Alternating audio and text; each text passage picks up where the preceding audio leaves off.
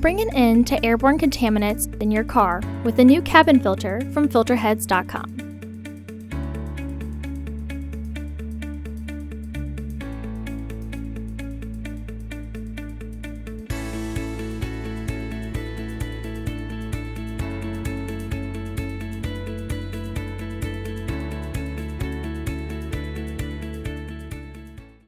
The cabin filter is located behind the glove box.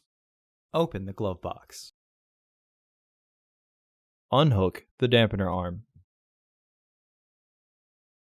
Push in on the sides of the glove box to release the stops and lower the glove box.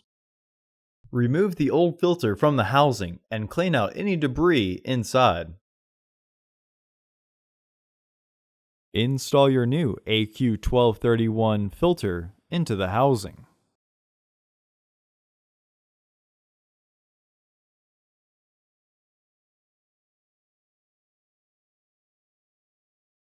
After lifting the glove box, push in on the sides to get the two securing tabs behind the frame. Reinstall the dampener arm.